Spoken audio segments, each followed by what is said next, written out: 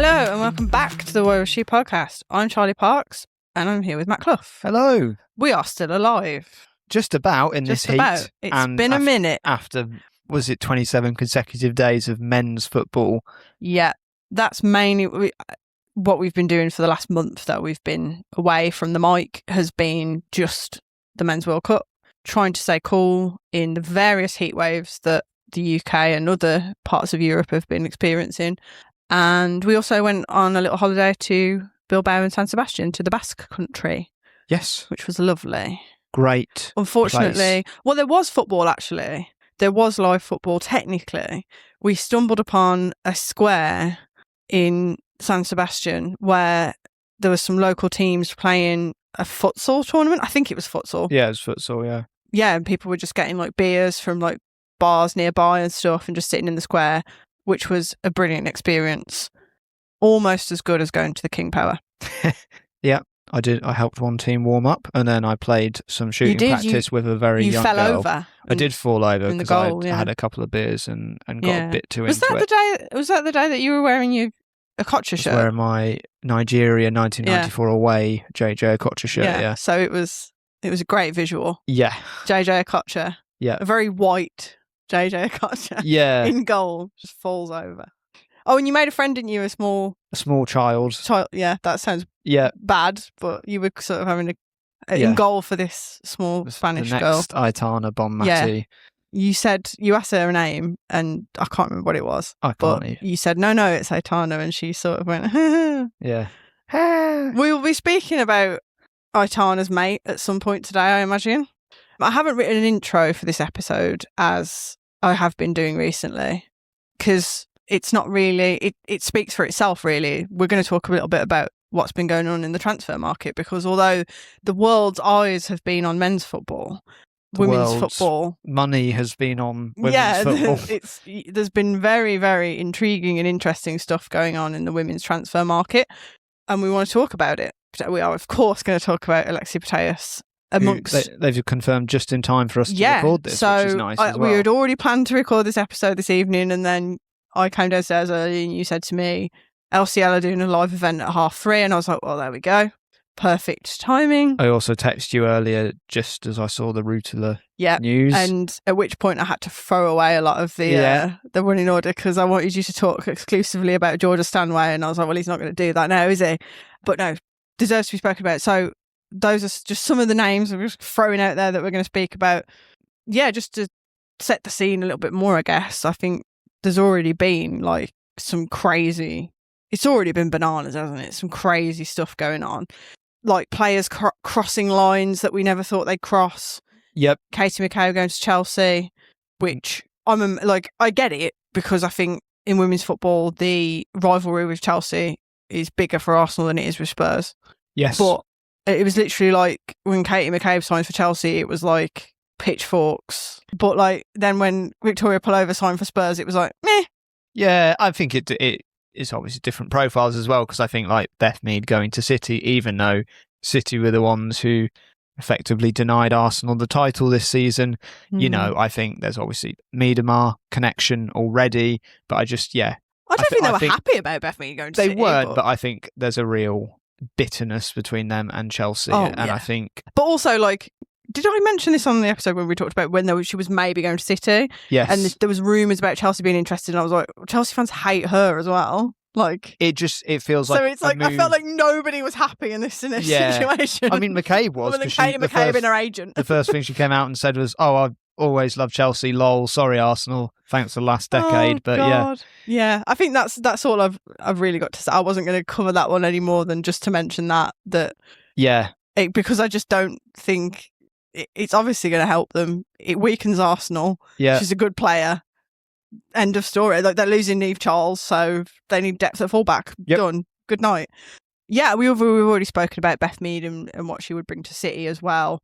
I think I am going to start with Putellas because I'm going to get it out of the way, because I've got a lot to say and I could do a whole episode on this. So I'm going to try and keep it as brief as I possibly can, or as succinct as I possibly can. But Alexia Putellas has just this very afternoon been confirmed as signing for London City Lionesses. I think we've all known it's been coming for probably about a month or so. Yeah, there was a bunch of rumours a month ago saying she decided on LCL over Boston Legacy, yes. right? So I think that came out like last week. I think we were on holiday when that was sort of lost track of time. Or maybe the week before.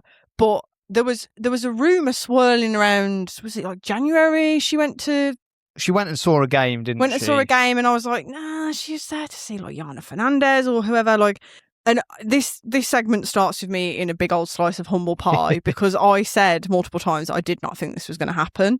And I think I have to hold my hands up and say that I think I bought into a bit of a sort of romantic narrative that I think a lot of women's football fans have. And I was like, she's Barcelona. She's only ever like played for Barcelona. She's not going to leave Barcelona and go to a team like London City Lionesses that are barely knocking on the door of the top 4 in the WSL. Like, she wants to win everything. And I'll get to this in a minute, but like, she has won everything. So it's like, where do you go from there? So, but I think fundamentally for me, I think what I was looking at was not really thinking about the wider context of like footballers are people that need to earn money. And like, you know, I was thinking Alexia Putellas is cool. Like, yes. Forgive me for using the word cool. I'm 35. I don't know what the kids say these days. She's a vibe. I don't know. She's cool. LCL are not cool. Like, to the average women's football fan, I mean, they're called fucking London City Lionesses for a start off, which is the uncoolest name I've ever heard. Yeah. And then it's like, you know, Michelle Kang is like a bit of like it's got girl boss vibes, which is just not really that cool. I mean, there's just the fact that there's no history behind the club, really. You know, there's no history, but like we'll get into all of this. But like Michelle Kang like aligns herself with like everything to do with the team. Like, she was there today for the announcement. Like. And people aren't going to find her cool. No. She's a businesswoman. People aren't going to find her cool. Yes. So I was just like, the two things in my brain did not align together. Just never aligned, yeah. But I think the reason I wanted to talk about this was, well, it would be stupid to not talk about it first and foremost. But I think I'm not going to sit here and say like, oh, it's a very good signing for X, Y, and Z reasons. Like, I'm not going to insult your intelligence, listener. You know who Alexia Putellas is. You know what she's achieved on the pitch.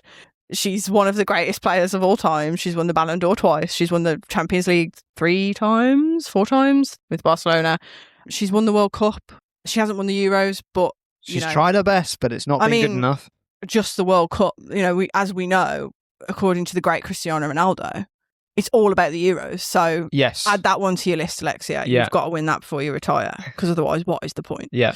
She's won Liga F how many times? Like 1 billion. And like, yeah, I mean, listening to her today, I did watch some of the announcement very briefly because I was very intrigued about what it was going to be like. And she kind of said something about like there was a beginning and an ending and leaving Barcelona. And I honestly think she's probably just bored.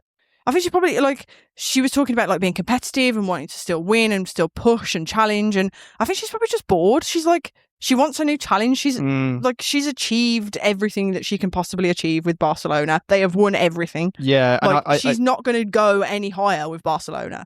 So, and there's no higher club than Barcelona, which not in the women's game. No, we kind of said when that thing I just mentioned, the thing about like the word came down that she would apparently got her final 2 clubs were Boston Legacy, who's obviously a brand new NWSL expansion team, and LCL. Yeah. And I think we both said at the time, like, it sounded like everyone who's who in world football stuck a bid in for her. I think multiple NWSL clubs are in for her. I think City and Arsenal were both in for her. Chelsea, I think. Sorry, yes, I don't Chelsea. Know if City may have been. No, I think you're right, because I don't remember hearing City, but Chelsea definitely. And yeah, I think there's definitely something to that. Clearly, between, I'm sorry if I'm stepping on your toes here, but between maybe not wanting to actually try and compete with Barca necessarily, and maybe just being a bit like, you know, I could go to City and win the WSL, but it's like, you know, is it really going to burnish my legacy? Yeah. Or is it like, yeah, maybe it is just that. And I do respect that. I think that's the kind of, it's something used to kind of talk about it's what people say about Guardiola. I know it's a weird comparison, but like there's a sense that he's had it quite although he's done amazing things, he's had it quite easy through his career. And people are always saying, "Oh, wouldn't it be amazing if he went to Wycombe Wanderers and got him promoted, did the football manager dream kind of career thing?" And I do sort of, I know there's money involved. I know, but I do kind of respect the fact that, like you say, maybe she just got to a point and was like, you know what, I don't need to keep winning. I'll gain more value from pulling a team up through my sheer playing power. Well, yes.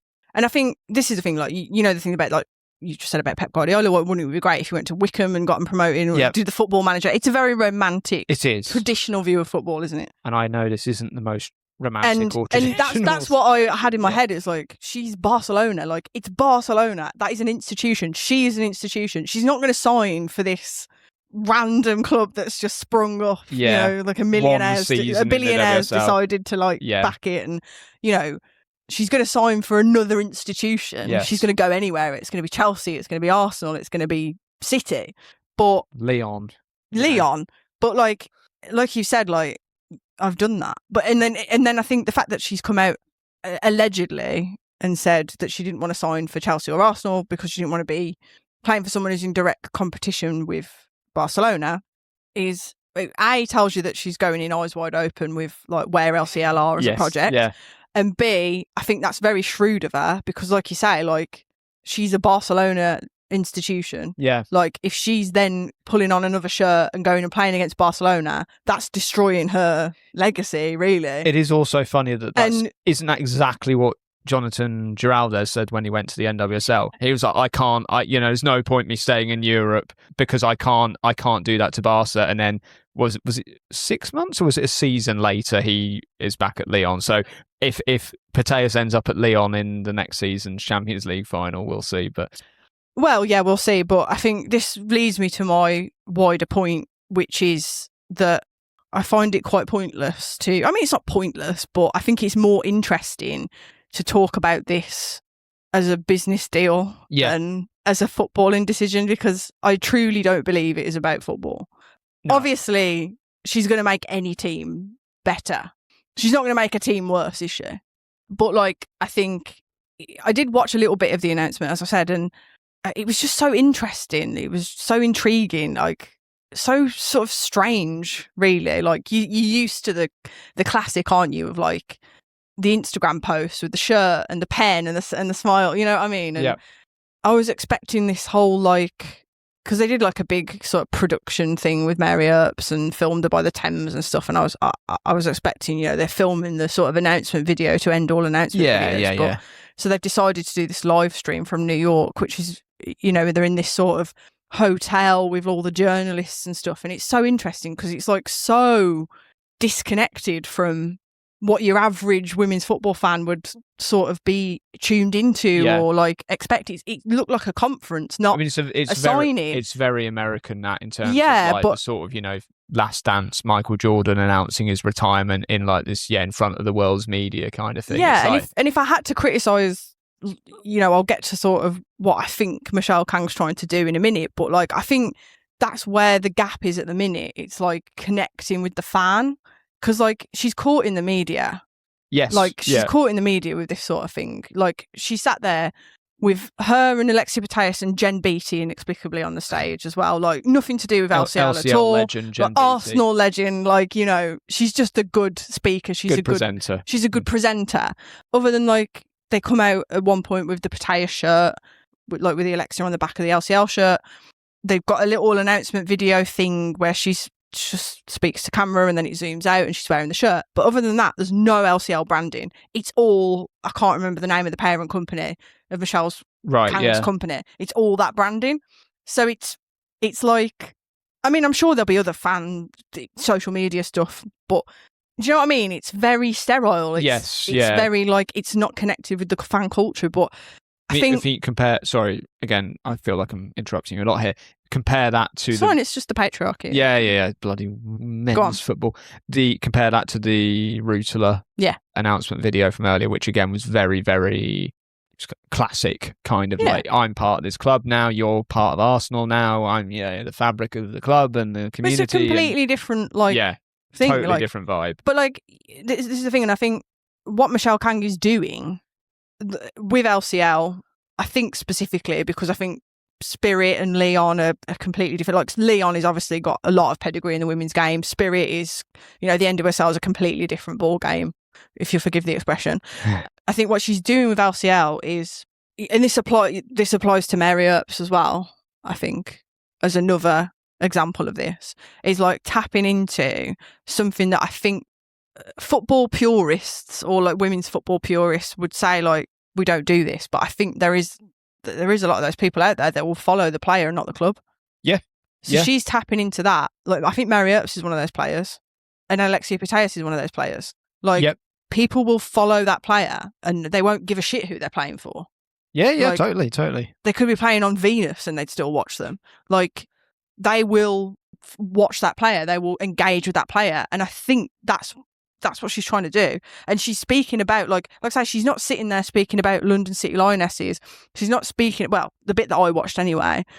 She's talking about her wider project, what she wants her legacy to be, like what she's trying to do in women's football and what she's trying to build with LCL, but also like she's talking about like she's got like this foundation that she does like research into ACL injuries and stuff like that. Like she's talking more about her ethos and how she sees women's football as an opportunity. She's not talking about LCL. Yeah. Like she's talking about... It's very broad. Her business. Yeah. And, I think Alexia Putellas, Mary Earps, whoever, you're not a London City Lionesses player. You are the property of Michelle Kang. Yes. And that's what it is. But Mary Earps, I think, fits more into, like, I could have seen that coming a mile. I think everyone did. Yeah. She fits into that category. She sees herself as that girl boss sort of thing, like, and that's fine. And that fits. She aligns with that. That's what I didn't think that wasn't. But I don't know enough about Alexia Putellas. I think she's quite an enigma. So, like, but. Yeah, I mean, her appearances in the Walkers adverts, the World Cup, would certainly suggest she is an enigma. Yeah, doesn't speak, but doesn't speak on camera for 2 seconds. So you know what I mean? Like she's sort of, and she's not talking about, like, I know there's been these things where she's spoken about how they've got ambitions for. I'm sure she has said they've got ambitions for the Champions League or whatever, or she said that thing where she's already got a mid-table WSL team, and we were like, no, you haven't, and blah blah blah. I think she knows that. Yeah, she's not trying to. I think by making these signings, as I've said it, I don't think it's about football. By making these signings, she's not trying to build a team that's going to win the WSL next season or whatever. Yeah. She's trying to build a bigger thing, which is she is trying to build a legacy out of something that doesn't have a legacy. Yeah. Do you know what I mean? And the way she's doing that is by bringing these players in that are going to attract eyeballs and they're going to attract money and they're going to attract sponsorships and they're going to attract eyeballs. Yep. How many more times can I say eyeballs? Like, and then that'll bring the money and then that'll lift the project. That's my understanding of what she's trying to achieve. And like I say, I could sit here and I could like analyse like what is Putellas going to bring to them on the pitch. Like, don't know, because I still don't know what they're trying to do.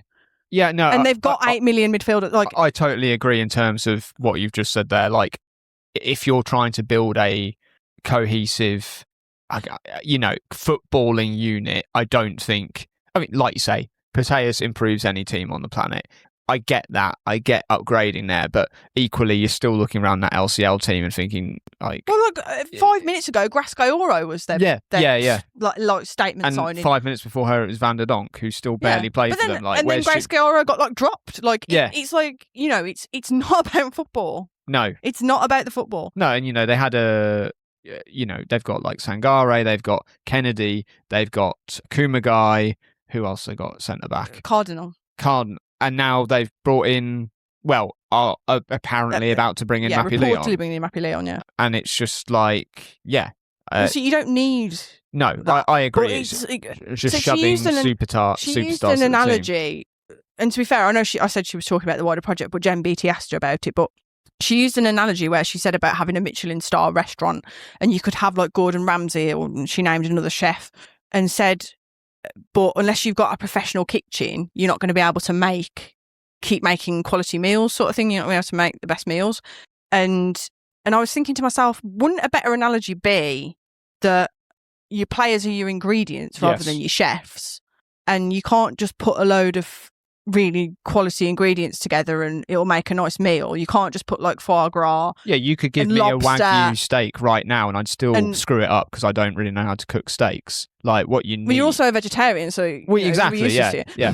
What so you could make a cheeseburger and chips that would taste better than something of the finest ingredients in the world, but in the hands of someone who doesn't know what they're doing or whatever.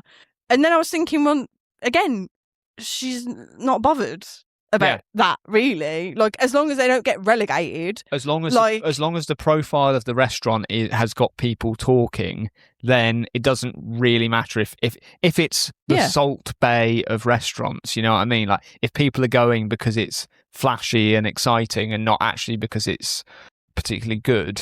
Yeah, this is a business, not a football team.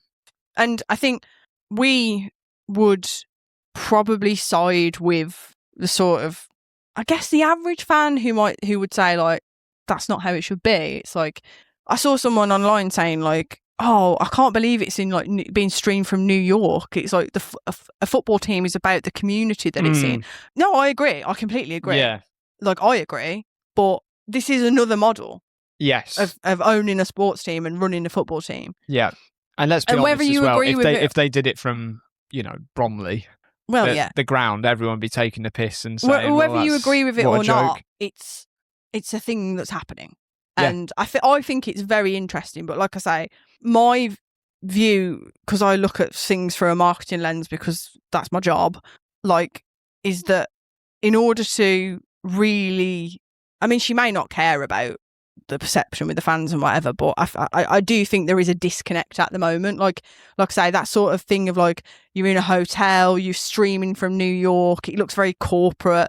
It's caught in the press. It's not engaging with the fans. Yeah. And this sort of thing where I'm going off a tangent now, but this sort of thing where at their stadium they have like that brass band that plays. It's like forcing an atmosphere, and it's like, I don't know if there's sort of a thing where you flip it on its head. And feel free to give me a job if you want, by the way, but like flip it on its head and kind of go more directly to the fans rather than trying to establish yourself so high up and trickle down. Do you know what I mean? Like, establish yourself and get this really loyal fan base. Yeah. And then go from there. That would very much be the traditional way of doing it, wouldn't it? Be like, build the grassroots support, get people on board. But it is quite an American model. It's like, it's like an expansion team. It's this worked for the Washington Spirit. Bang, new team, build a roster of superstars. Yeah. I think obviously the difference is, and the challenge is that in the NWSL, a lot of the teams are sort of, hundreds, if not thousands of miles apart and have completely separate markets. And the challenge for LCL is you're going up against several very, very well-established women's teams, but also, at least teams like your Charltons and your West Hams and Spurs, who, even though the women's teams aren't quite as big as Chelsea's and Arsenal's, they are already big footballing brands in themselves. And if you've grown up in a Charlton household or a West Ham household, you're very unlikely to swap allegiances to a different women's team, basically. So time will tell if it works, basically. It's really interesting, I think. Yeah. It's an interesting thing to watch. And, I mean, if you'd said to me when we started watching women's football, like 3 or 4 years ago now, Mary Earps and Alexia Putellas are going to be playing on the same team, I would have gone like, what the fuck? And by the way, that team currently is in what division? Would they have been WSL2 at the time? Well, yeah. But just like, that unaffiliated team, you might as well have said they're going to be playing for Durham. Yeah. It's like, you'd be like, huh? Yeah, exactly. It's bonkers, isn't it? Yeah. Yeah, I think we've done that to death. Like I say, I don't have much to say of any note from a footballing perspective. Like, I don't know. I'm sure she's going to be fucking brilliant. It's Alexia Putellas. That's all I've got to say. Good. Yeah, I agree. All I've got to say is she's not going to offer you much out of possession, but I don't think that fucking matters, does it? Really? Who the hell cares? Yeah. That's all I've got to say, really, about matters. And also, I think, just a note on Mary Earps as well, also not about football. But I have seen people being like, well, she won't play. Well, she fucking will. Of course she will. You're joking, aren't you? Yeah. She's not going to there to sit on the bench. And no, they're not signing her to sit on the bench. No. She will play. She will. Whether it's the right decision or not, we could argue about, but she will play. She will. She's still a decent goalkeeper. Oh, no. I mean, I I think with Earps, it's one of those things where it's like, I think we've mentioned it on the podcast before. I think without relitigating the whole Hampton thing, yeah, the reports of Mary Earps's demise were greatly over exaggerated. I think there was a sense in WOSO circles to perhaps because it's got so big and made it so mainstream. I think there was a bit of some people, a little bit of, dare I say, I'm the last person to be casting this stone from my glass house, but a bit of hipsterdom where it was a bit like, oh, I'm a true follower of women's football. Mary Earps isn't even that good. Do you know about X, Y, and Z? Yeah. But yeah, I think Earps is still an upgrade on Lette. I think I don't think Lette had a bad season, but I do think she's actually a good footballing signing, as well as a sort of obviously slam dunk from PR. I think in terms of getting fans through the gates, I think Earps will be a bigger draw than Putellas, to be quite honest, because I think she's still got that Lionesses afterglow about her. I think what the Mary Earps one does, like you say, gets fans through the gates, and I think what the Putellas one does is gives you a bit of gravitas. Yeah, totally. Yeah, and a bit of like international eyeballs. Yeah. Can I make an extremely bold hot take? Go on. I wonder with us as well. I think there's part of it which is probably like she is done for England, but I can also see a situation where she has a good half a season at LCL. Hampton, we know, since Earps has retired, has had some injury issues and hasn't been in glittering form. Everyone around the England goalkeeper situation has had a bit of a tough time of it recently. So obviously Roebuck's still coming back from this illness she's had and has been struggling with injury. Yeah. House's form has really, really dropped off since that excellent season when Pride won the NWSL. Yeah. Keating famously just cannot get in the City team for love nor money and is reportedly looking for a move now. Although she'll go to Liverpool. You heard it here first. Nothing's happened yet. Hot take. I do wonder if we get 6 months out from the World Cup and a clamour sort of begins around Earps. We'll see. We will see. You heard it here first. You Matt's did. Hot take. My hot take. You think they're going to Manuel Neuer it? I'm just saying it's not over till it's over. Okay. I mean, that was a long time on LCL, but I thought interesting discussion. I think we didn't really speak about football, but I will reiterate again, it's not about football. It's a business deal. If it was about football, she'd have tried to get her at Lyon.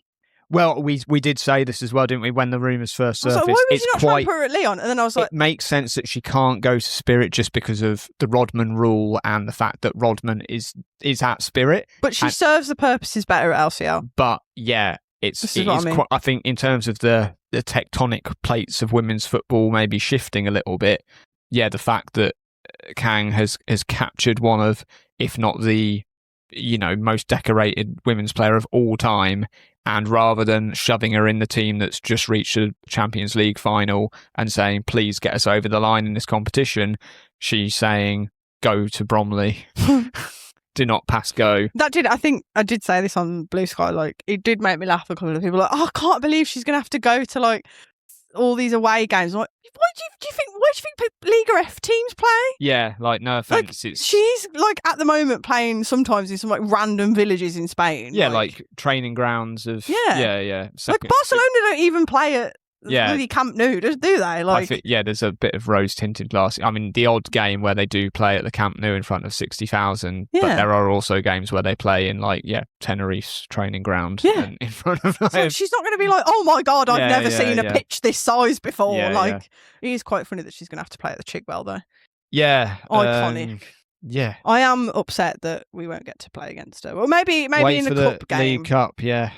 Where we are LCL's ultimate. She's not going to get past our new Scottish centre-back. Right, anyway, Matthew, could you please fill us in about Arsenal's trio of signings that have been announced in the last week or so? Yeah, so... And try not to speak solely about Geraldine Roycelet, who I know you are a massive fan of. But you are also a big fan of Stanway. Yes. I quite like Searchy as well. Yeah. So, good business from Arsenal. I think so. I think, the start of the transfer window all felt a bit kind of like, what's going on? Mead leaving, McCabe leaving. And I think part of that was us just kind of losing sight of what we've talked about quite a bit on the pod previously, just sort of saying there was nothing functionally wrong with the Arsenal team, but there's always been this nagging feeling, I think really dating back since Eidevall was there, that maybe things had just got a bit stale, maybe just mixing it up a bit. Like I say, there's nothing wrong with Beth Mead. She's still a very good player, hence why she's gone to City. There's nothing wrong with Katie McCabe, still a very good player, hence why she's gone to Chelsea. But yeah, I think at the start of the window, there was a bit of kind of like panic because not only were these players leaving Arsenal, they were going to strengthen direct rivals. But yeah, this week, obviously, the narrative has done a full 180 because now they've brought in effectively the replacements for those players, not McCabe. We're still waiting for a left back. But, I think in terms of bringing in some additional big players, star players, I think this is the week that Arsenal fans have been waiting for. So yeah, obviously, Georgia Stanway, again, we don't really need to tell people an awful lot about. I think we mentioned, I can't remember when this was, whether it was in January or last summer, but just talking about how great a fit Stanway would be for Arsenal. I think they went for her last summer. They've been courting her for a long time. Almost certainly mentioned it, yeah. And also Reutler as well after the Euros. They were very interested. Yeah, a bit surprised. To be honest, quite surprised Reutler after the Euros had another full season at and I was going to ask you about this actually, like, sorry to derail but you've raised a good point. I derailed you plenty of times earlier. I think I saw Tim Stillman say earlier that both, as we said there, both Reutler and Stanway, they were pursued in the summer for a fee, obviously. Yep. But, they were both, I guess, they were told not for sale or whatever. Yep. And Arsenal were like, happy. Well, okay, we'll wait. And hence, they've got them both for free. Yep. Which, that's sort of a bit mad, right? Like, if you're Bayern or Eintracht Frankfurt, like, presumably they were like, they're not for sale, we need them to win the Bundesliga or whatever. Yeah, yeah. But is that not a bit mad? Like, that those two players that you could have presumably got a fair bit of money for last season, you've now let go on free. And that's just still a bizarre thing in the women's game, isn't it? That you still get these situations where I think it's going to become less and less, isn't it? As more money gets thrown around. Yeah. But I think as the transfer fees build up and the contract length build up. Yeah. But I think a lot of it's just legacy. A lot of it's just you sign a player, you get them on a free, you give them a 2-year contract. At the end of that contract, they either sign a new one or they're gone, and that's it. Like, yeah, and I think I don't think Stanway ever. I don't know. Did she ever re-sign with Bayern? I don't know if it was meant to be more of a sort of like go and experience something, and then the plan was always to come back. I got that sense with Stanway. Yeah. I think from not quite go early and learn on, how to tattoo and then come back. How long has she been out there now? 3 years or 2? Yeah, I think so. Because I think really from last summer the word was she's coming back. There's just an understanding between her and Bayern that this is it. Yeah. Anyway, sorry. But yeah, no. Please go on. I think we talked quite a bit about the base of the Arsenal midfield. Obviously, they've generally been playing this 4-2-3-1 system that René Slager's inherited from Eidevall. It's obviously served them pretty well in that they won the Champions League. There's also some frustrating limitations with it. I think particularly, there's the annual Arsenal inexplicably lose to West Ham or Everton or, whoever game. And I think, again, just like a little bit like the squad, there's been times where it's felt a little bit stale, a little bit static, a little bit like, even though there's nothing functionally wrong, it would be nice to just have a bit of variety, mix things up a bit, roll the dice a bit and see where it gets you. I think Stanway is a massive part of that puzzle because I think that, obviously, Kim Little is, I'm not going to say, she's going on, because she apparently is evergreen. She's coming off the back of another very good season. There's no real signs of the cracks there. They must eventually appear, but I'm not looking at it thinking she's the replacement for Kim Little because Kim Little's getting on a bit. And we're also watching like Messi, like this is World Cup Golden Boot race. Like, we're not. It's age is but a number, exactly, and we're not just saying that because we're both in our mid-30s. Yes, but I think we've said it. I keep referencing stuff we've said in the past, but I think, when Mariona first got dropped back into that kind of more defensive midfield too, it kind of flummoxed a lot of teams. There was a lot of excitement. It felt like a masterstroke. It felt like a masterstroke. And again, they won the Champions League with that kind of functionality there. So I think you've got to say that worked. But I think last season, it was one of those situations where every team was like, okay, if you want to keep playing her there, figured out how to deal with her. And suddenly there were a lot of games where I felt she looked very, very average. And it was kind of like, it would be nice if you could actually just play her in her natural position because she is great there. Yeah. So and then you end up in a situation where another thing that we like to say on this podcast a lot, square pegs, round holes, like you end up having to like shift everyone round because Marnham's not having the best season, so you can't really start her. So you have to push Russo into the 10 and so Blackstenius can play in the 9, which did work in some situations, didn't in others. Yeah. And you just you find yourself having to improvise, like when actually, why don't we just put our best players in their best positions and so go from there? I think first off, Stanway coming in, I think it just basically frees them to push Mariona back up in. If you do want to have that in your back pocket of, we know she can play in that pivot. If you want to give Kim Little a rest and play with Stanway, or if I think, to be honest, I think a lot of Caldente towards the latter end of the season was just fucking knackered. Yes. Yeah. Like, played a lot of football. She has played that like, crazy and also like they had a few things that cropped up, like Palova was not really Slagers was not a fan. Yeah. She's obviously moved on now, so I think she wasn't going to get in the team. And then Corey Cooney-Cross obviously unfortunately had to go back to Australia. Yeah, so just as she was kind of emerging. So there was no real choice other than to play Mariona there. So I think, she was just knackered. So it's just like, like you say, first and foremost, frees her up to be closer to goal, which I think, personally, that's where she should be. Yeah. And secondly, gives her poor legs some rest because she plays fucking loads of minutes for Spain as well. Yeah. Famously, Stanway, fantastic engine. We see it all the time for England where she plays in a midfield kind of double pivot and has to do an awful lot of running because Kira Walsh isn't the most mobile of players and the most active when out of possession. So I think, goal threat as well. Yeah, box crasher. I just think she ticks an awful lot of boxes. Yeah, box crasher is a great point because again, the famous Arsenal horseshoe of sadness did rear its ugly head a few times last season, and I think having just someone who can just surge in from deep and potentially make something happen from outside the area is a real asset. So Selena Churchy, I think she's always impressed me whenever I've seen her for Germany. I know for Hoffenheim, she generally played through the middle. I think there's an option there if Russo is to continue in the 10. Then you are thinking, well, who's going to play in the 9? Obviously, I guess Adjaman may come back. She's probably going to come back sort of towards the end of the calendar year, but I imagine Arsenal might send her out on loan again just because that was clearly the plan last season, and obviously she didn't needed get the season to at all. Develop as a starting 9, didn't she? I think bit. And I think my read on Churchy is I think the immediate plan will be her as the Beth Mead replacement. You reckon? Yeah, I would say so. She generally plays more wide for Germany. They're also bringing in Baum, aren't they? Is she? Yeah, winger, right? I know less about Baum, to be honest, but I think. But also, like, if you want to be able to play Russo in the 10, like, you've got to be able to have somebody to come on to impact the game if you start in Blackstenius as well, or vice versa. Like, so you're going to need. That's just, what I mean. The fact she's versocial, I think that's something that Slagers values a lot, isn't it? Yes. It's versatility. She wants to be able to use you because it does make you less predictable, doesn't it? If you've got players that can play comfortably in multiple positions, it makes you more unpredictable. Yeah. Sorry if you can hear the ice cream. The why always she ice cream van has returned. A couple of episodes ago, we had the match of the day thing. So loud as well because this house is on the corner, so it's like anyway. Yeah.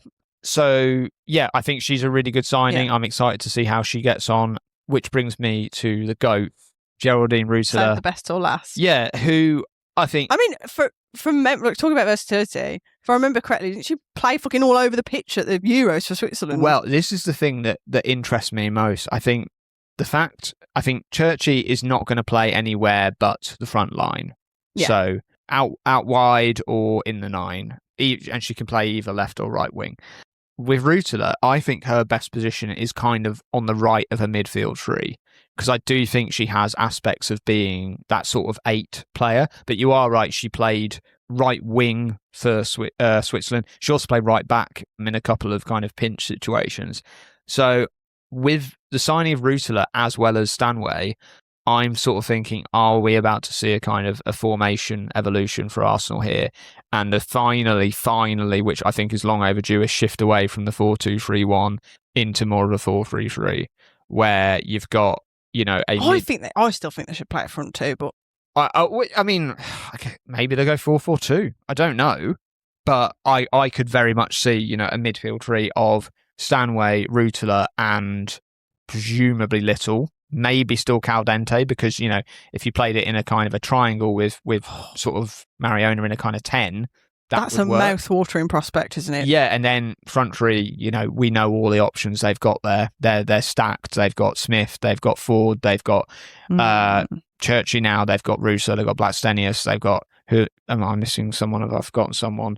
I don't think so. I mean, like, usually say they'll have Agumung back at some point. Yeah. So you're going to bring in this Bowen as well. Yeah, so I think Rutila, for me, in a tactical sense, is probably the most interesting. And I might be wrong, and she might just maybe she's the need replacement, and we might just see 4-2-3-1 all next season as well. But I think she unlocks some very interesting possibilities that haven't previously been available to Arsenal. This is the thing as well. It's like that's the other thing, isn't it? It's like, if we don't know where she's going to play, no one. Chelsea don't know where she's going to play. City don't know where she's going to play.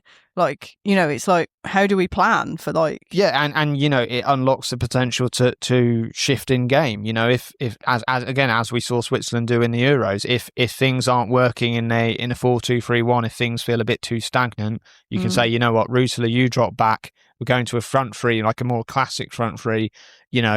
Mariona, don't worry about any defensive duties now. Stanway's got you, and Rutila can fill in a pinch. Like, I think this is my hot take. Yeah, Rutala's the best player on the planet. I agree. Well done. I think, depending, I mean, Chelsea have today been linked with Romy Lukta, which I think will be a really good signing for them. Yes, you should never count them out. I think obviously City, if they've kept hold of Bunny Shaw, which was the main thing that they needed to do. I think if Caroline goes, I'll be a bit like, oh, hello. But they have signed Mead.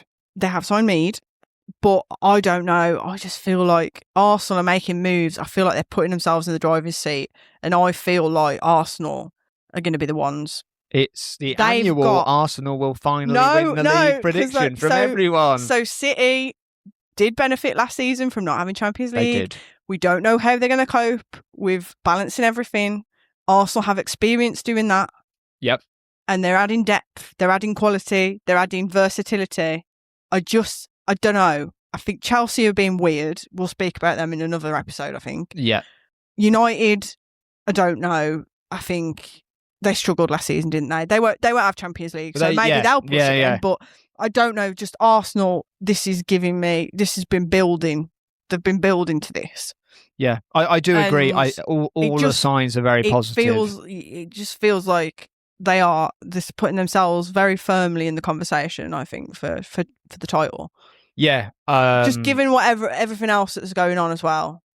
Yeah, and maybe City will it's the famous thing, winning is one thing, but kind of retaining that trophy is harder because players do lose a bit of that hunger. They've done it now. They've won. Will they be a la Chelsea? Will they be turning their eyes to Champions League and thinking this is a great opportunity to win this? This is the next step. Which Arsenal have famously already done. Arsenal have done it, so they're like, lol, don't care, mate. Need that WSL. Yeah. I don't know. It just... I agree. I do agree. But I'm just wary of the fact that we have said this before. We've said this. Every WOSO commentator has said this. But this is, But these are some fucking heavy hitters. No, totally. I do. I think this is, like I said. I think when we saw the Mead and the McCabe news, we were a bit like, oh, but it's almost like a sort of trust the process thing because we have been, and I know Arsenal fans have been saying the same. It's like for a long time had come to refresh the team. Yeah, I think. Some of not necessarily exactly the same moves, but I think had they not won the Champions League, this would have happened last season. I think last summer actually felt like more of a natural point to do it where, Eideval's gone, Slagers has come in, proven herself. well, do a bit of cleaning house. That's what I mean. Like but they accidentally won the Champions League, so everyone was but they also tried to sign Reuter and Stanway and got knocked back. But they did. But I also wonder from the players' perspective there. Was there maybe a few conversations where it was like, well, okay, am I going to start? And they're like, oh, well, yeah, but we can't. We've got Mariona, we can't break up the Champions League winning combination. Yeah. Whereas maybe if they had that, like I say, if they hadn't won the Champions League and if they'd gone full bore and said, look, these players have been great for us. They're still good players, but we need a refresh. We're going to let McCabe go. We're going to get Mead go. We're going to do whatever. Do you want to be the next Beth Mead or the next Arsenal linchpin? Maybe that's the players get wind of that and force the moves through. Whereas, like you say, the way it transpired, obviously, even though there were offers on the table, clearly Frankfurt and Bayern didn't feel kind of necessarily motivated to think about those offers seriously. So, whereas if you've got an offer on the table and a player saying, "Let me go, let me go, let me go, let me go," they might say, okay, let's just do a deal here. If your head's been turned, let's get this thing moving. True. But yeah, no, I do agree. I think it's very exciting. I'm eager to see how they get on. For legal reasons, I can't buy myself an Arsenal shirt with Reuteler on the back, but if you can buy a Switzerland shirt if you want. We liked Switzerland. We did. Hop Schweiz. Hop Schweiz, yeah. Obviously doing well in the men's football as well. Yeah. But we'll see. Yeah, I'm personally very excited to see Stanway, particularly in the WSL. I think she's neat. So, yeah, just really excited. And just to say as well, I don't really listen to or watch the rest of football, but I knew she'd been on it, so I wanted to watch, and seeing that she'd been sort of invited back. Yeah, just thought she was great as like doing a bit of punditry, really. So, yeah, she's just I just really like her. Yeah, and I think and like I think that thing where she had the tattoo, like whatever the weather, yes, is like mad, but also pretty baller. I mean, it is. I mean, it's, if there's, but like we saw the. I was like, I'm kind of like, I've only got 4 tattoos. Yes, and I think you reach the point where you've got so many. Yeah, you just don't. You just don't give a shit what you put on your body. Like you just put anything. Are you at that point? Like, not really. No. But I've only got 4, but she's got hundreds. Yeah. No. Sorry, but I'm just thinking like, because I got my first tattoo a couple of months ago, and I'm already at the point of having agonised over the first one for 34 years. And you said, didn't I say on our first date that I wanted a tattoo? And it took me, how long have we been together? 12 years? 13 years? Too long. 14? 14? This year? Oh my God. But it took me 14 years from that moment to get one. And now I'm just like every time I go on holiday, I'm like, I get a tattoo. Yeah, anyway, derailed, but we're excited. So, sorry, we've gone on a while there about Arsenal and LCL, but we wanted to talk about a few other bits that we've caught our eye and, yeah, I guess doing good business so far. So I'll speak very quickly about Spurs because my oh my, are they doing some excellent business. Straight in there, clearly, very quickly in the window. They clearly had a plan. It was done months ago sort of thing. It was just waiting for the window to open or waiting for contracts to finish or whatever. So Shakira Martinez, I mean, I'd been pimping her out everywhere. We were saying Chelsea, we were saying LCL, we were saying we should go anywhere, couldn't she, really? I think I said City at one point when we thought they were losing. Yeah, but I can't believe that we didn't think of Spurs, like, especially when they didn't renew Beth England's contract. I think that was like, the clue, wasn't it? When England didn't re-sign. And I mean, like, what an addition. Yeah, massive. A brilliant signing. And then Kirsty Hansen, who, if you listen to this podcast before, we both think is brilliant. I think put her in any team, she'll enhance it for me. Enhancing it. Hey. Well done. Very nice. I mean, bless her. She gets to have a rest from really carrying that Villa team on her back. She'll have some support at least around her goal scoring wise. Palova, I think, obviously, we've always again spoken about rating Victoria Palova. It was a shame that she couldn't really reach her heights at Arsenal because of the injury, and then Slager's, some players just don't vibe with the manager. Like, whatever. I think that's the thing with, like, Spurs, like, we're sort of addressing with Goetze, like, they've got their midfield traditionally has been quite functional. So it's been quite like you got Spence and Suman who are kind of like both sort of midfield destroyers, like physical, but I mean, Spence offers a bit on the ball, and Suman's got a decent free kick on her, as Hannah Hampton well knows. But I think Pelova gives you that big extra, like press resistance, like that little bit of flair, that little bit of like line breaking that linked up with Gaupset, they're going to be quite a sight to behold as well. You know, forward. if they're it's quite scary. 1-0 down, chasing the game with 10 minutes to go, and you've got Holt, Hansen, Martinez, Pelova. It's scary, that, isn't it? Yeah. Gaupset, everyone running at you. It's going to be a bit of that is going to cause some issues. That is going to cause, and then they've got Caitlin Dijkstra as well, who's obviously played for Wolfsburg, so that's some good Champions League quality, pedigree there.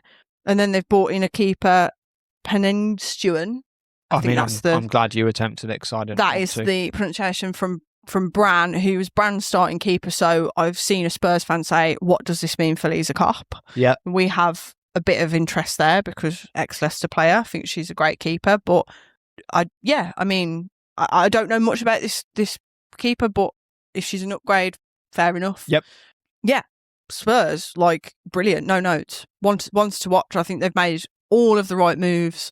Obviously, they made some excellent signings in January as well. So I just think very, very I exciting. will be watching them very, very closely. Yeah. Along with another team, which I will talk about in a moment. Leicester? No, I'll be trying not to watch them. Do you want to... Chelsea have been, other than signing McCabe, I think we may speak about this, but I think they need to do a lot more than they are doing. Yep. They've obviously retained Aguilera Jones, which is a big one. They've retained Lucy Bronze, which I think is helpful if Chelsea fans don't. But they have signed Matsukobo. Yes. From North Carolina Courage. Yep. And I held my hands up that I didn't know much about her. I'd seen some buzz. She was like NWSL midfielder of the year last season or something. So I asked you to do some research, and you kind of said to me, I came in earlier and I've looked at Matsukobo and I'm quite scared. Not scared because she can't hurt us anymore. What do you mean? And you just sort of like nodded. You did that face that you do like when you're impressed by something. Like you sort of pursed your lips and like nodded at me, and I was like, oh, she's a baller. She looks pretty spicy. Yeah. Her numbers in terms of goals and assists are both really, really good. So like you say, she was the NWSL midfielder of the year last year. I think she's turning 22 at the end of this month. Cousin Danielle will enjoy the age discourse that we've been having a few issues with. She's not 23 until next year. She's currently 21. She will turn. Her birthday is at the end of July. So last year she was 20. She'll become 22. Right. Okay. But yeah, no. That was just for Cousin Danielle. Yes. So I don't have the numbers off the top of my head, but I think she nearly hit double figures for goals and assists last season. As in this season, she's been averaging, I think she hasn't played, I think she's played 9 matches. I think it's like 8 starts or something like that. But she's averaging over a goal or assist a game in a Carolina Courage team that, are decent, but aren't like, it's not like they're ripping the league a new one, Barcelona and Liga F style kind of thing. So yeah, just having seen what she does, she likes to drift out wide. She is a kind of a classic cut inside and bend it into the corner kind of player. I think Bonpastor has been a bit weird with her 10s. She's been a bit weird with most of her selections. Well, I mean, that is true, but, she's obviously she had Hamano, clearly didn't rate her.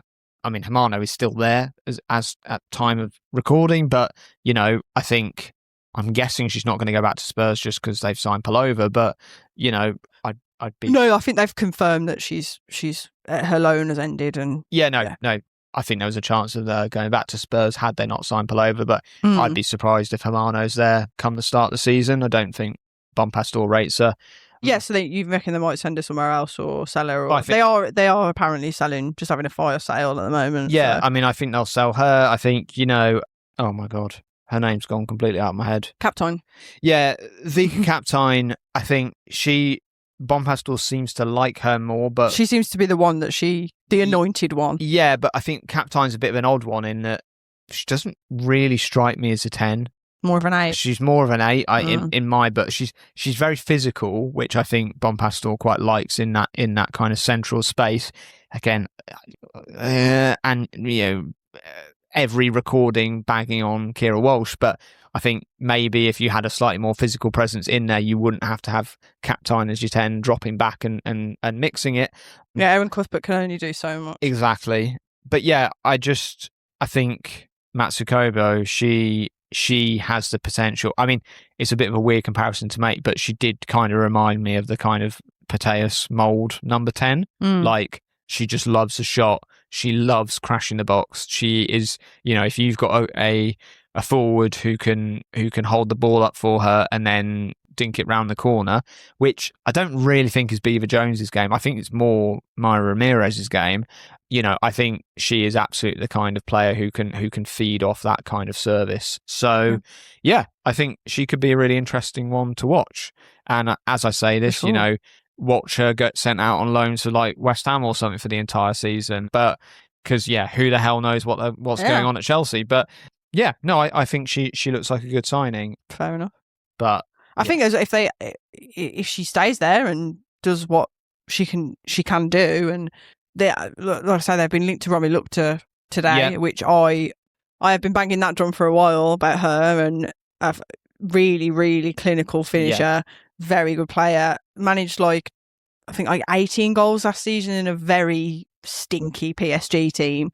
Like, they've been struggling with goal scoring last season, and she will help. But, inexplicably can't really get minutes for Netherlands, but again, who really knows what's going on over there? So I think we may speak about this another time, but I think they really do need more attacking players. And I think the fact that and I will speak quickly about a player that isn't coming to the WSL, who Chelsea reportedly made an offer for and has ended up at Real Madrid. It's Felicia Schroeder from BK Häcken. And I think they were clearly trying to make these moves. They went in for Salma Parilueo. They tried to get Bunny Shaw.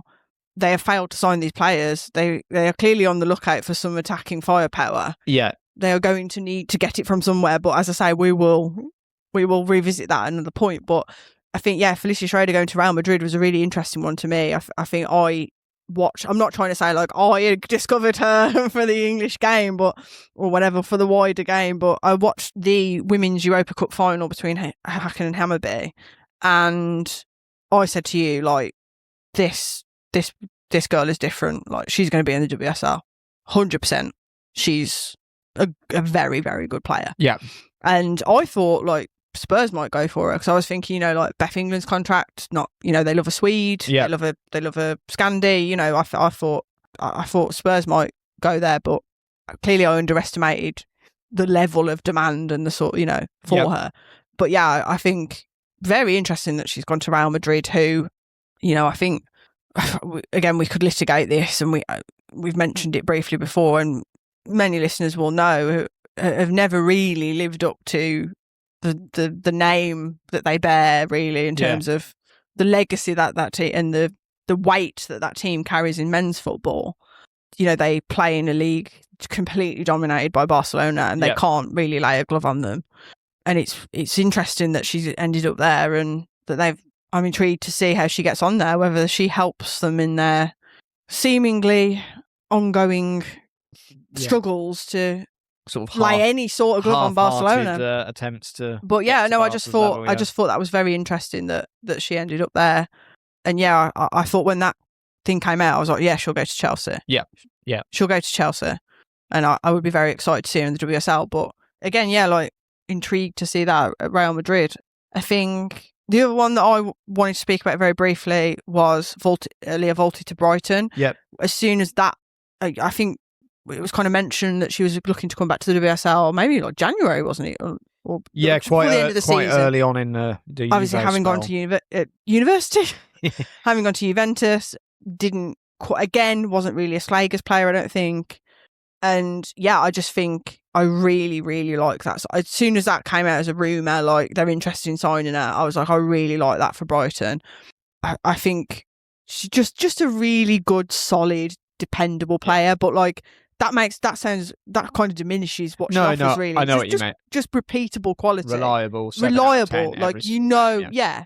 And I just think bringing that sort of presence into that Brighton team, I really like what they do anyway. I think the way they recruit is really smart, as we know, they data driven, etc. That's Leah Volti is a numbers money ball, gets on base, yeah. Totally. Pass completion, recoveries, that sort of player. Ticks a lot of boxes, and I think particularly for Brighton with the style they play, I think having her in the middle I think her reading of the game is top notch, and I think just having someone in there who the rest of the team can look to and be like, she'll cover for me if I get caught in possession. She will, if she's going forward, we can all go forward because clearly the danger is not there, sort of thing. Yeah, I agree. Like, and just screen really, that back four and just bring that solidity, and I really like that. And again, them and Spurs, they're on my sort of watch list. Yes. I mean, again, everyone says it every season, don't they? Who's going to challenge? And I think Brighton have been that one. Spurs have been that one before, but I just think that in terms of the business they're doing, how they got on last season and the way that they've sort of developed their style. Yeah, good vibes. Very shrewd, I like it. 2 excellent managers. Yeah, and didn't we both give Martin? No, I was Vidosic on my weird, funky team. I can't remember who I said on mine. I think I gave it to Reina in the end because I didn't have a West Ham. I think you did, yes. Anyway, yes, you did, yeah. But Martin Ho, excellent manager, and I am watching them very closely. I'm not going to give any hot takes. I'm not going to give any hot takes because, like I say, I think that top 4 is very hard to break up. But I can see it personally. I can see Spurs doing it absolutely. At the expense of who? Chelsea. Oh my God! There we go. Yeah, that is a hot take and a half. Was there any other? I mean, I think you sort of mentioned to me like a sort of big signing that had sort of almost gone under the radar in a weird way was Sam Kerr to Gotham.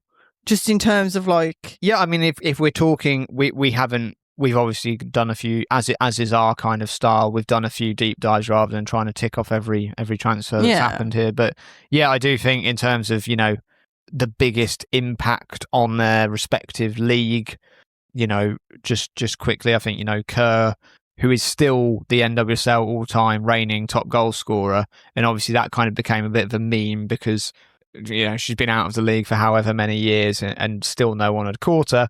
Obviously she's now back in the league, and I think that the timing of her departure from Chelsea, it made sense in a way because I think again, feels like she wasn't really a Bompastor player, but I think just towards the final couple months of her Chelsea career, we were starting to see the Sam Kerr of old again. So I can see her absolutely plundering goals in the NWSL for a couple of seasons. And just with my eye on the NWSL table as well, I think Gotham appear to be having some goal scoring issues at the moment. Yeah, I think Esther Gonzalez is having quite very good defensive numbers. They've only conceded 7, but they've only scored 12. Yeah, which isn't great for a team. The teams around them, so North Carolina Courage, who are just above them, have scored 20, and just below them, Pride have scored 19. Yeah, so they are having issues in that area, and if you need goals, Kerr's the one. Yeah, I think some interesting stuff, and we haven't really mentioned the WSL2. I don't think there's been any sort of like seismic moves. No one's done an LCL in the WSL2, but I think just like, as much as it pains me, because, and this is going to be very difficult for me next season, as I've spoken about before on the podcast, I am a lifelong Wolves hater. It is sort of personal. It's just, I was born and bred to be a Wolves hater. Yes, not necessarily to support anyone, but it's going to be difficult for me when they're in the WSL2. But I will say they have done some good business thus far with their promotion. They've got that kind of experienced trio in Yana Daniels, Jasmine Matthews and Melissa Lawley. They've brought them in. Obviously Daniels and Matthews were at Burnley and Lawley's come from Everton. So I just think those are couple of smart moves. 3 really good signings, and they've done, like I say, early business, brought in some experience. I feel they've brought in another couple of players as well. And fair play. And if Leicester hadn't made our singular signing I would be feeling very, very salty. Just but to prove we are Leah still Edding, technically the greatest alive. centre-back in the world. The second greatest Scottish centre-back in the world. Yeah, and I think just to finish off very briefly, I think there's a couple of sort of quote-unquote big I say quote-unquote, quite big WSL names that are out of have been confirmed now as out of contract. I mean, like, Beth England, who I'm going to mention, that's quite early on at the end of the season, wasn't it? But have since, these players have since been confirmed as leaving, and we don't know where they're going to land yet, and could be one to keep an eye on. Beth England being one of them, Katrina Gorry, Tony Payne, Ebony Salmon, Sophie Baggerly, Gemma Bonner, Leah Galton, Hannah Blundell. Yeah. So that's not an exhaustive list, but there's some names in there. Yeah, absolutely. And, you think, are these, the three newly promoted sides going to be looking at some of those and thinking, yeah, we can bolster our ranks there. Totally, and yeah. I think, just some interesting ones. I mean, there's some names on that list that if they'd quite like to drop down to the WSL2, I wouldn't say no. Yeah. At Leicester, but yeah, we'll see. I think very intriguing, and I think, again, I know I keep teasing potential future episodes, but something I wanted to discuss was what this 14-team WSL is going to look like, what the 14-team WSL2 is going to look like, what's the landscape, sort of, what's the vibe check, if you will, on this, on the top two leagues of the English women's football pyramid, and where's the evolution going this season? Because I think it's very interesting. Like, it feels like the lines are being blurred. It's less of a stigma now, I think, to drop down to the WSL2. Like, how convenient for us. Yeah, I do agree. It started last season, didn't it? You got like LCL bringing in Aslani. You got like Newcastle bringing in. Sorry, the season before. You got like last season Newcastle bringing in Jordan Nobbs and Sophie Ingle going to Bristol City. Vicky Losada went to Bristol City. Yes. Like players, like the sort of. Because it used to be a bit of a thing, didn't it? It's like, you drop down. You sink below the waves and never to be seen again. It's like Rhiannon Wilkinson, the Wales manager, said something about like there's only so far that players can drop before I won't. And I was thinking that's a bit of an odd comment. It's a bit fucking rich. Like half of the Wales squad are in the WSL too. Yeah, they're decent players. Like it did feel a little bit strange comment, but again, I think we're not salty because Leicester are now in the WSL too. But but I think. Interesting. Anyway, I think that there will be. I don't know. It feels like to me like the craziest ones have already happened. Who knows? But things can get crazy. It feels that way. But I don't know. Who knows? Let's see who becomes available at the last minute for LCL to swoop in and get. Yeah. How do you get bigger than potatoes? Bon Matty? Yeah, Rodman. Just move her over from the spin. Yeah. Just move your chess pieces around. Anyway, that was actually. It's not as long as I thought it was going to be. So we're on an hour and 17. Okay. It won't be an hour and 17 as you're listening to this because I'll edit it. You're going to edit out all my conspiracy theories. I'm going to edit out all this, and the 2 times that I managed to unplug my microphone. Yeah. It's a little glimpse behind the curtain for you into the very, very professional production environment that we're in with the fan on. Yeah. I think that's it, isn't it? I think so. We may be back in a week, 2 weeks, a month. Who knows? Yeah, I think obviously, things will start happening. Pre-seasons will start happening. Moves will continue. Yeah, I think I do want to speak about Chelsea, and I do want to speak about, like I say, the landscape of the leagues and how it's changing and the expansion. Another look behind so we will do that. The Wizards curtain. The Wizards who's the wizard? Me? Whatever. Yeah, you're the wizard, but every time you said the landscape of the WSL, you've kind of brushed your hand across in a horizontal motion like you're a gold prospector looking at the unexplored American West. Just let listeners know. The listeners won't know, but I am very expressive. I saw it with my hands a lot, so that was what that was. Maybe we should start doing video. We did that for like 2 episodes. Oh, we did. It was too much effort and I gave up. No, it was a pain in the arse. I remember now. That was a long time ago. Well, yeah, it was like a year ago.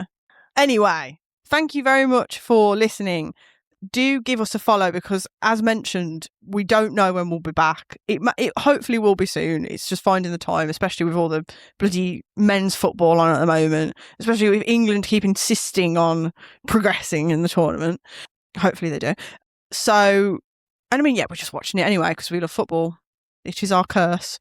yeah, and if you have enjoyed this episode and enjoying us generally, if you could give us a rating, that would be very much appreciated. And we will see you soon. Thank you very much for listening. Thank you very much. Thanks. Bye. Bye-bye. Bye-bye.